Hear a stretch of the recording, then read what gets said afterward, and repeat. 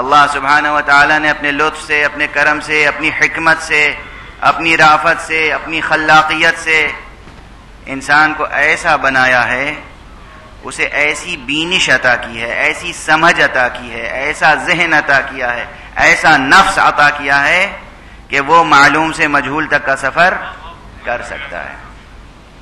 چونکہ معلوم سے مجہول تک کا سفر کر سکتا ہے، ذرہ دیکھ کر اس کا ذہن صحرا تک جاتا ہے، قطرہ دیکھ کر اس کا ذہن سمندر تک جاتا ہے، اسی طرح اس پوری دنیا کو دیکھ کر انسان کا ذہن آخرت تک جانا چاہیے۔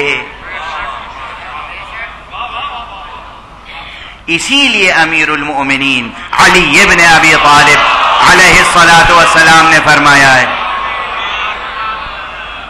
کیا فرمایا ہے؟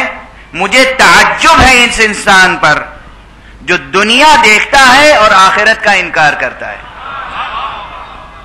تعجب کی بات ہے کہ دنیا دیکھ رہا ہے اور آخرت کا انکار کر رہا ہے۔ آخرت کا انکار کیوں کرتے ہیں؟ ایسے ایسے کرنے والے دیکھے ہیں ہم نے کہ کیا عرض کریں آپ سے۔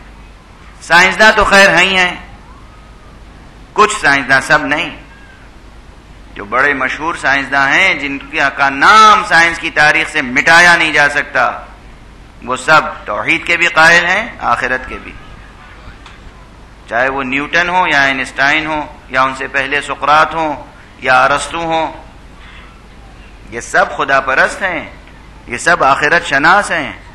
ان کی سوانح عمریاں صحیح ریسورسز سے لے کر پڑھیں آپ۔ میں نے کراچی میں بھی ذکر کیا تھا کہ نیوٹن متقی انسان تھا،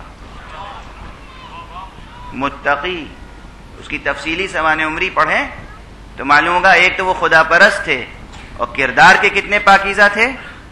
ٹرینیٹی کالج سے صرف اس لیے علیحدہ ہو گئے کہ چونکہ وہاں لہو و لعب کا ماحول تھا، اس لیے انہوں نے کہا ہم اس ماحول میں نہیں رہ سکتے۔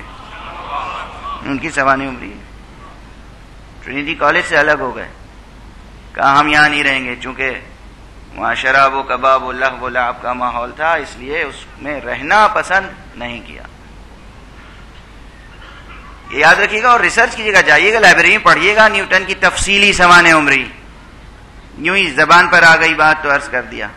یہ جتنے بڑے سائنسداں یہ توحید کے بھی قائل ہیں اور آخرت کے بھی قائل ہیں، لیکن کچھ ہیں جو خدا کا بھی انکار کر دیتے ہیں، آخرت کا بھی انکار کر دیتے ہیں۔ وہ ہمارے یہاں کچھ لوگ ایسے ہیں، وہی جنہوں نے توحید رٹی ہے،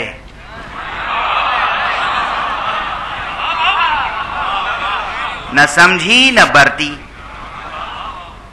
تو نعوذ باللہ، ایک تو ان کے عمل سے ظاہر ہوتا ہے کہ جیسے لگتا ہے آخرت پہ یقین نہیں ہے، ہر طرح کا عمل انجام دیتے ہیں، معاملات میں بد معاملگی، عبادات میں بے پرواہ رہنا، نمازوں کو ضائع کرنا، روزوں سے غفلت برتنا، اور جو بھی عبادتیں ہیں، مالی عبادتیں، خمس نہ دینا، زکوٰۃ ادا نہ کرنا، یہ معمولی گناہ تھوڑی ہیں۔ یہ سب کیوں کرتا ہے انسان؟ اصل میں اس کے پیچھے یہ کہ آخرت پر یقین نہیں ہے۔ کچھ عملاً بے پرواہ ہو جاتے ہیں اور کچھ تو کہہ دیتے ہیں ارے جناب آخرت کس نے دیکھی ہے، استغفر اللہ ربی۔ تو جب آخرت پہ یقین ہی نہیں ہوگا تو جنت پہ یقین کہاں ہوگا؟ جنت تو آخرت سے جڑی ہوئی ہے نا۔ جب جنت پہ یقین نہیں ہوگا تو جنت کی کلید کی فکر کہاں ہوگی؟ جب کلید کی فکر نہیں ہوگی تو استغفار کے کیا معنی ہوتے ہیں؟ مسئلہ یہ، انسان عبادت سے بے پرواہ ہوتا ہے، استغفار سے بھی بے پرواہ ہوتا ہے۔ لیکن آپ یاد رکھیں، پھر اسلام آیا ہے تاکہ انسان کے دائرۂ علم کو وسعت دے۔ اسی لیے آخرت کے مسئلے کے بارے میں خاص طور پر قرآن مجید میں ایک مقام پر ہے، ان الذین لا یؤمنون بالآخرۃ لیسمون الملائکۃ تسمیۃ الانثی وما لهم به من علم ان يتبعون الا الظن ولا يغني وان الظن لا يغني من الحق شيئا فاعرض عمن من تولی عن ذکرنا ولم یرد الا الحیاۃ الدنیا ذالک مبلغهم من العلم. یہ قرآن مجید کی آیتیں ہیں، سورہ مبارکہ نجم. سورہ مبارکہ نجم بہت عظیم الشان سورہ ہے.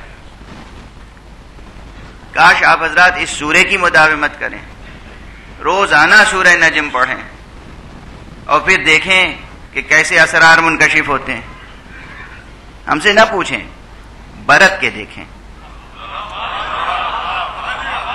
برت کے دیکھیں. روزانہ نماز مغرب کے بعد، عشاء کے بعد جب کار دنیا سے فارغ ہو جائیں، وضو کریں، سورہ نجم پڑھیں، سجدہ کریں. اس کی آخری آیت میں سجدہ ہے. سب سے پہلا سورہ قرآن کا جس میں سجدہ واجب نازل ہوا وہ سورہ نجم ہے. سجدہ کریں اور اس کے بعد سو جائیں. مداومت رکھیں اس کی، روزانہ مسلسل کریں، پھر دیکھیے کیا نورانیت پیدا ہوتی ہے. پوشیدہ حقیقتوں کے انکشاف کی طاقت پیدا ہو جائے گی. ضبط کرنا مشکل ہو جائے گا، ضبط کرنا مشکل ہو جائے گا. وحشت ہونے لگے گی دنیا سے، خدا سے انس پیدا ہو جائے گا. روایات میں ہے کہ جس وقت سورہ مبارکہ نجم نازل ہوا اور پیغمبر اکرم صلی اللہ علیہ وآلہ وسلم نے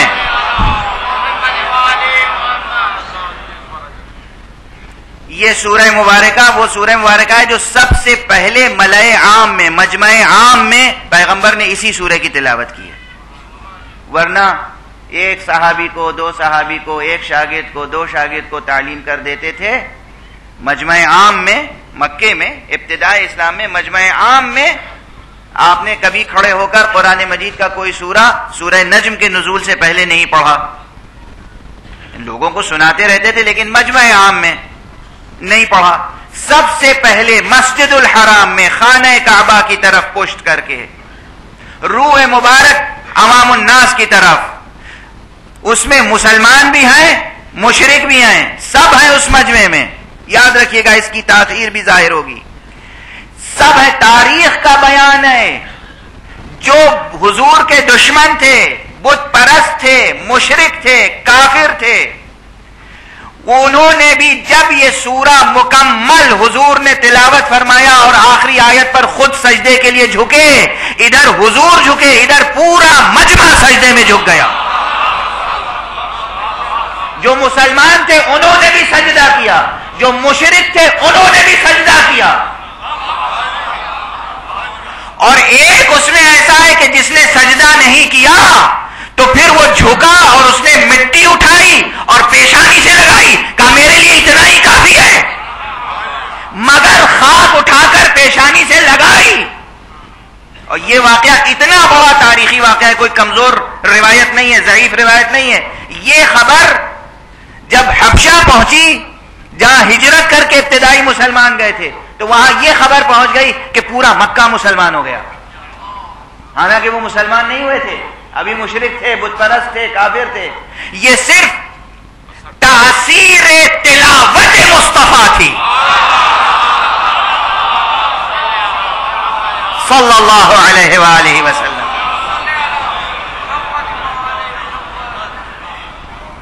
اور تاثیر سورہ مبارکہ، تاثیر خود سورہ مبارکہ نجم. یہ سورہ مبارکہ نجم، مشرک جھک گیا سجدے میں، کافر جھک گیا سجدے میں. حضور نے تلاوت کی اور سب جھک گئے، ایک سجدے ہی کے لیے صحیح. اگر یہ ملت اسلامیہ 1400 برس کے عرصے میں اتباع نبوی میں، لہجہ مصطفی میں، اسی جذب دروں کے ساتھ مسلسل سورہ نجم پڑھتی رہتی تو آج پوری دنیا سجدہ ریز ہوتی، پوری دنیا سجدہ ریز ہوتی. ایک مشرک روح زمین پہ باقی نہ بچتا، اور جو بچتا بھی وہ کم سے کم سجدہ ریز ضرور رہتا مسلمان کے آگے. آج مسلمان دوسروں کے آگے سجدہ ریز ہے، آج مسلمان دوسروں کے آگے سجدہ ریز ہے.